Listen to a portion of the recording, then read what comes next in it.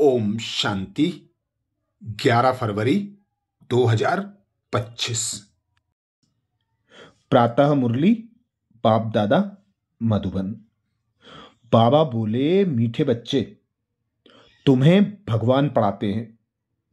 तुम्हारे पास हैं ज्ञान रत्न। इन्हीं रत्नों का धंधा तुम्हें करना है। तुम यहां ज्ञान सीखते हो, भक्ति नहीं। प्रश्न किया बाबा ने, मनुष्य ड्रामा की किस वंडरफुल नूंद को भगवान की लीला समझ उसकी बड़ाई करते हैं। उत्तर में बाबा समझाते, जो जिसमें भावना रखते उन्हें उसका साक्षात्कार हो जाता है। तो समझते हैं यह भगवान ने साक्षात्कार कराया, लेकिन होता तो सब ड्रामा अनुसार है। एक और भगवान की बड़ाई करते, दूसरी ओर सर्वव्यापी कहे ग्लानि कर देते हैं। ओम शांति। भगवानुवाच बच्चों को यह समझाया हुआ है कि मनुष्य को व देवता को भगवान नहीं कहा जाता। गाते भी हैं, ब्रह्मा देवताय नमः, विष्णु देवताय नमः, शंकर देवताय नमः। फिर कहा जाता है शिव परमात्माय नमः। यह भी तुम जानते हो, शिव को अपना शरीर नहीं है। मूल वतन में शिव बाबा और शालिग्राम रहते हैं। बच्चे जानते हैं कि अभी हम आत्माओं को बाप पढ़ा रहे हैं, और जो भी सत्संग है वास्तव में वह कोई सत का संग है नहीं। बाप कहते हैं वह तो माया का संग है। वहां ऐसे कोई नहीं समझेंगे कि हमको भगवान पढ़ाते हैं। गीता भी सुनेंगे तो श्री कृष्ण भगवानुवाद समझेंगे।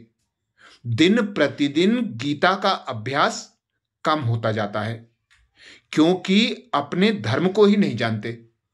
श्री कृष्ण के साथ तो सभी का प्यार है, श्री कृष्ण को ही झुलाते हैं। अब तुम समझते हो हम झुलाएं किसको? बच्चे को झुलाया जाता है, बाप को तो झुला ना सकें। तुम शिव बाबा को झुलाएंगे? वह बालक तो बनते ही नहीं, पुनर्जन्म में आते नहीं। वह तो बिंदु हैं, उनको क्या झुलाएंगे? श्री कृष्ण का बहुतों को साक्षात्कार होता है।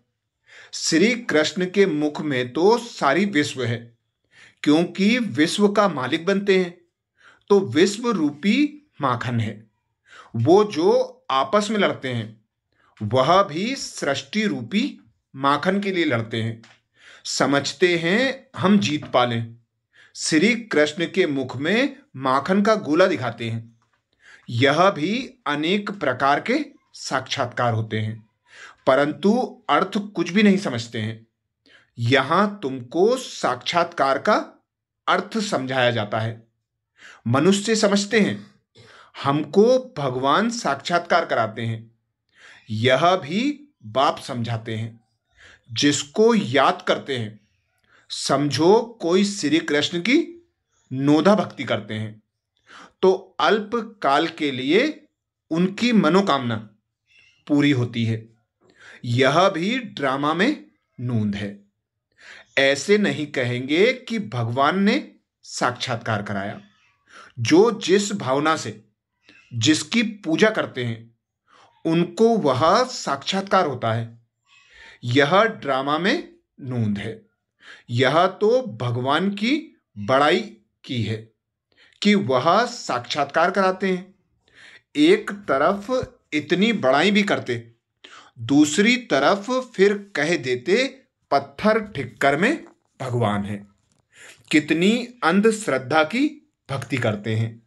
समझते हैं बस श्री कृष्ण का साक्षात्कार हुआ, श्री कृष्णपुरी में हम जरूर जाएंगे। परंतु श्री कृष्णपुरी आए कहां से? यह सब राज बाप तुम बच्चों को अब समझाते हैं। श्री कृष्णपुरी की स्थापना हो रही है। यह है कंसपुरी। कंस, अकासुर, बकासुर, कुंभकर्ण, रावण, यह सब असुरों के नाम है। शास्त्रों में क्या क्या बैठ लिखा है यह भी समझना है कि गुरु दो प्रकार के हैं। एक है भक्ति मार्ग के गुरु, वह भक्ति ही सिखलाते हैं। यह बाप तो ज्ञान का सागर, इनको सद्गुरु कहा जाता है। यह कभी भक्ति नहीं सिखलाते, ज्ञान ही सिखलाते हैं। मनुष्य तो भक्ति में कितना खुश होते हैं, झांझ बजाते हैं। बनारस में तुम देखेंगे सब देवताओं के मंदिर बना दिए हैं।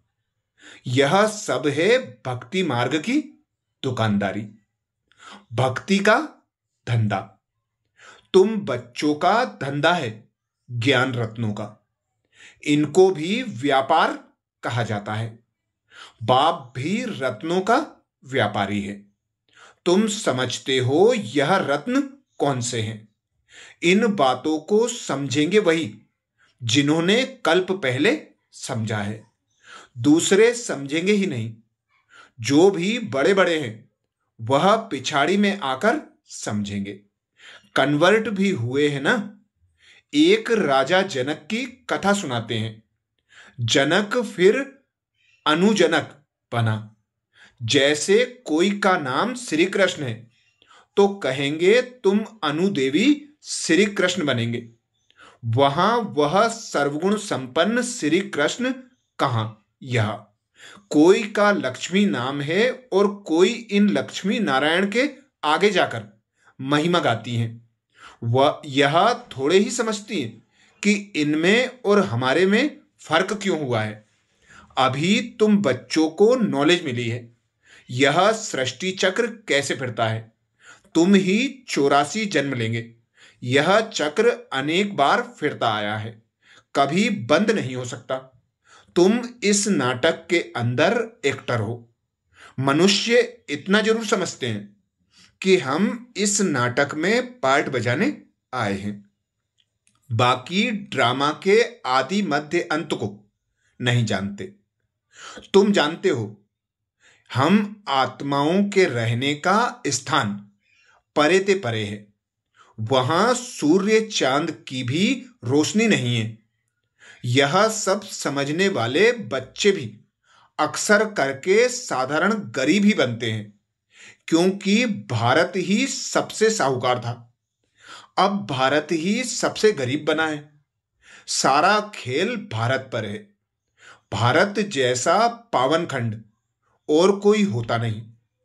पावन दुनिया में पावन खंड होता है और कोई खंड वहां होता ही नहीं।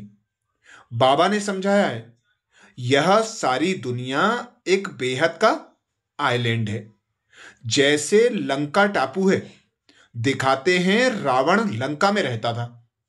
अभी तुम समझते हो रावण का राज्य तो सारी बेहद की लंका पर है।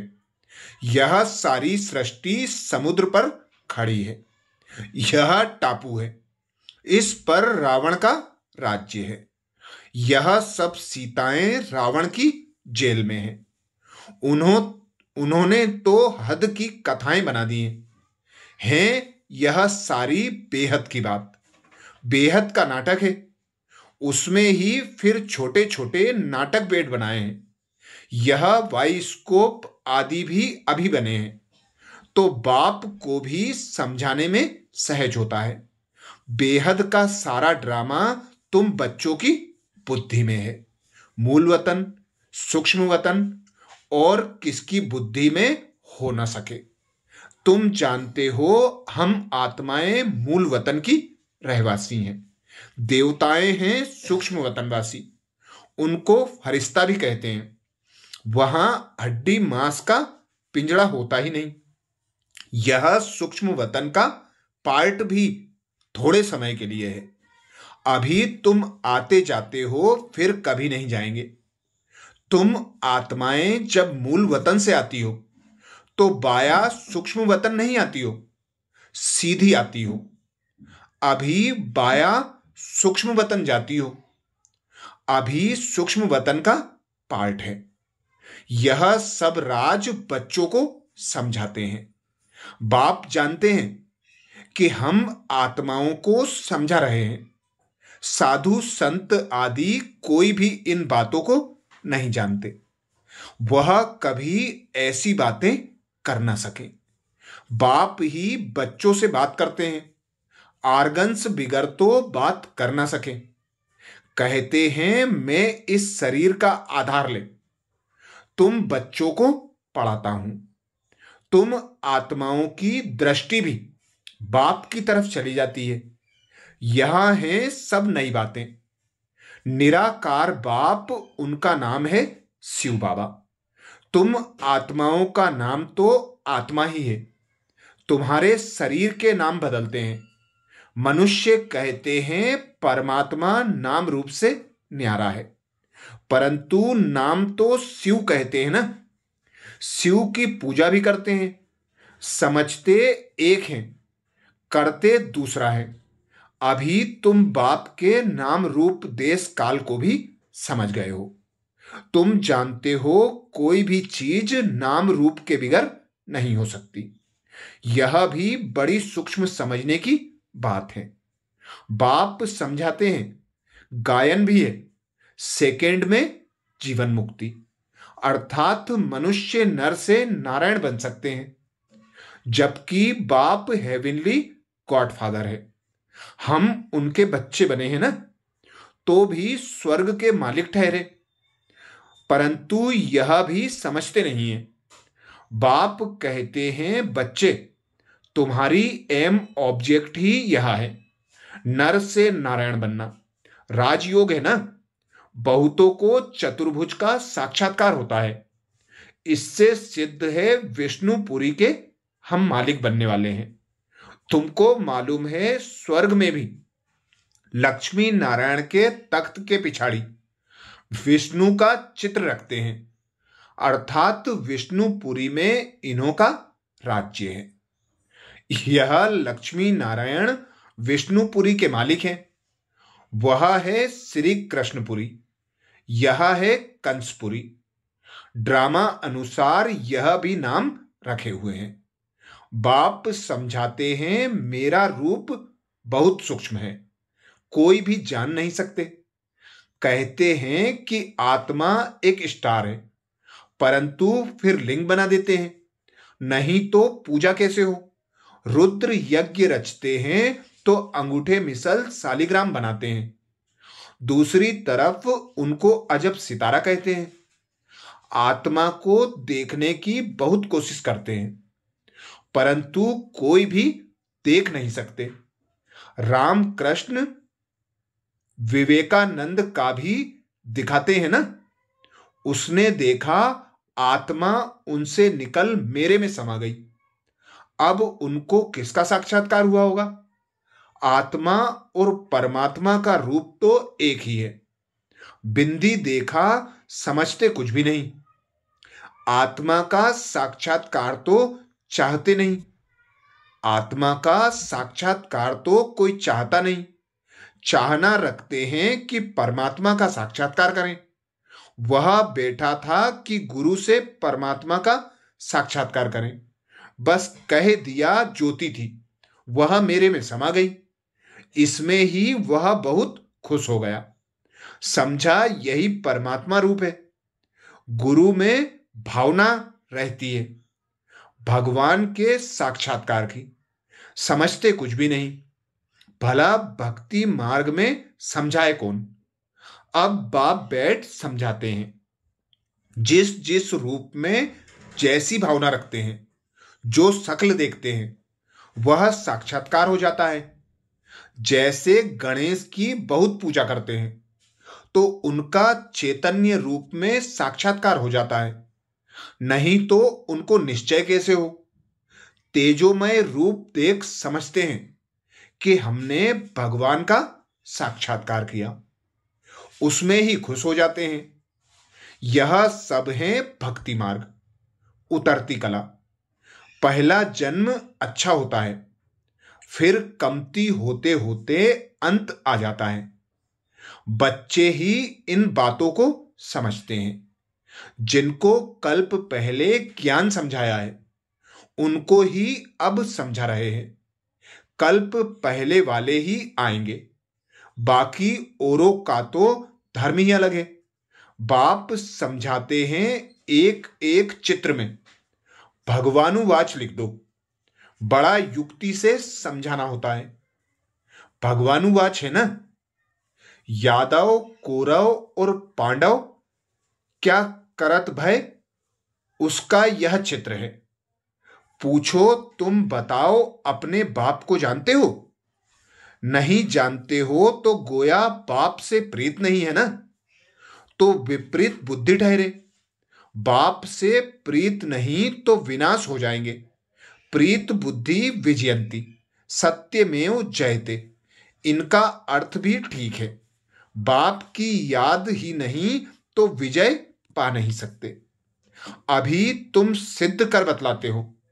गीता शिव भगवान ने सुनाई है, उसने ही राजयोग सिखलाया ब्रह्मा द्वारा। यह तो श्री कृष्ण भगवान की गीता समझकर कसम उठाते हैं। उनसे पूछना चाहिए, श्री कृष्ण को हाजिर नाजिर जानना चाहिए व भगवान को? कहते हैं ईश्वर को हाजिर नाजिर जान, सच बोलो। रोला हो गया ना तो कसम भी झूठा हो जाता है। सर्विस करने वाले बच्चों को गुप्त नशा रहना चाहिए। नशे से समझाएंगे तो सफलता होगी।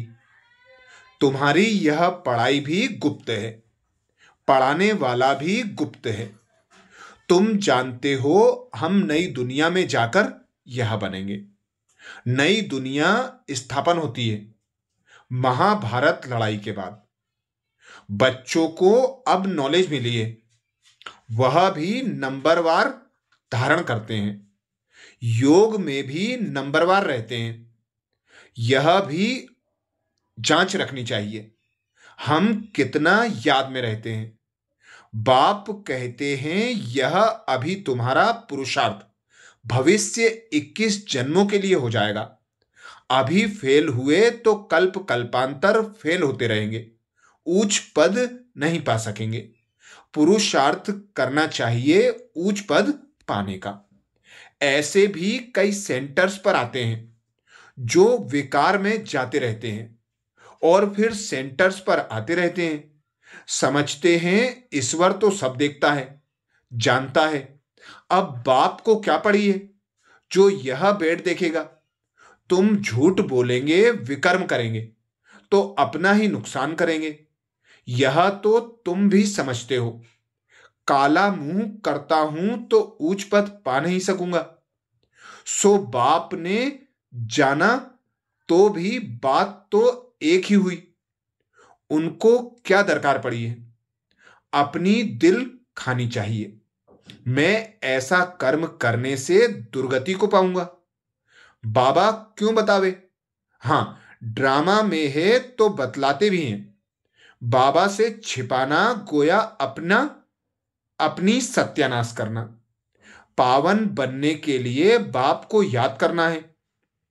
तुमको यही फुरना रहना चाहिए कि हम अच्छी रीति पढ़कर उच्च पद पावें। कोई मरा व जिया, उनका फुरना नहीं। फुरना अर्थात फिक्र रखना है कि बाप से वर्षा कैसे लेवें, तो किसको भी थोड़े में समझाना है। अच्छा, मीठे मीठे सिकिलदेह बच्चों प्रति माता पिता बाप दादा का याद प्यार और गुड मॉर्निंग। रूहानी बाप की रूहानी बच्चों को नमस्ते। हम रूहानी बच्चों की रूहानी माता पिता बाप दादा को याद प्यार, गुड मॉर्निंग और नमस्ते। धारणा के लिए मुख्य सार में बाबा बोले, पहली पॉइंट, गुप्त नशे में रहकर सर्विस करनी है। ऐसा कोई कर्म नहीं करना है जो दिल खाती रहे। अपनी जांच करनी है कि हम कितना याद में रहते हैं। दूसरी पॉइंट में बाबा बोले, सदा यही फिक्र रहे कि हम अच्छी रीति पढ़कर उच्च पद पाएं। कोई भी विकर्म करके झूठ बोलकर अपना नुकसान नहीं करना है। आज प्यारे बाबा ने हम बच्चों को वरदान दिया, मन मनाभाव के महामंत्र द्वारा सर्व दुखों से पार रहने वाले सदा सुख स्वरूप भाव। मन मनाभाव के महामंत्र द्वारा सर्व दुखों से पार रहने वाले सदा सुख स्वरूप भाव। डिटेल में बाबा बोले, जब किसी भी प्रकार का दुख आए तो मंत्र ले लो जिससे दुख भाग जाएगा। स्वप्न में भी जरा भी दुख का अनुभव ना हो, तन बीमार हो जाए, धन नीचे ऊपर हो जाए, कुछ भी हो, लेकिन दुख की लहर अंदर नहीं आनी चाहिए।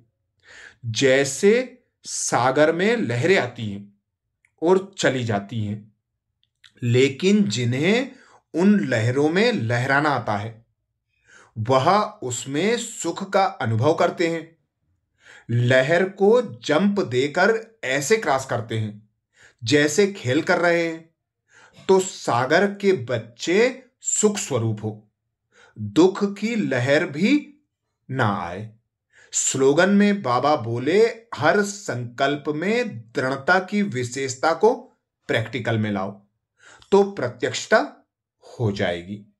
आज विशेष बाबा ने अव्यक्त इशारे में एकांत प्रिय बनो, एकता और एकाग्रता को अपनाओ, उसकी सहज विधि बताई। स्व उन्नति में, सेवा की उन्नति में एक ने कहा, दूसरे ने हाजी किया। ऐसे सदा एकता और दृढ़ता से बढ़ते चलो। जैसे दादियों की एकता और दृढ़ता का संगठन पक्का है, ऐसे आदि सेवा के रत्नों का संगठन पक्का हो। इसकी बहुत बहुत आवश्यकता है। अच्छा, ओम शांति। शुक्रिया बाबा, शुक्रिया आप सभी का। ओम शांति।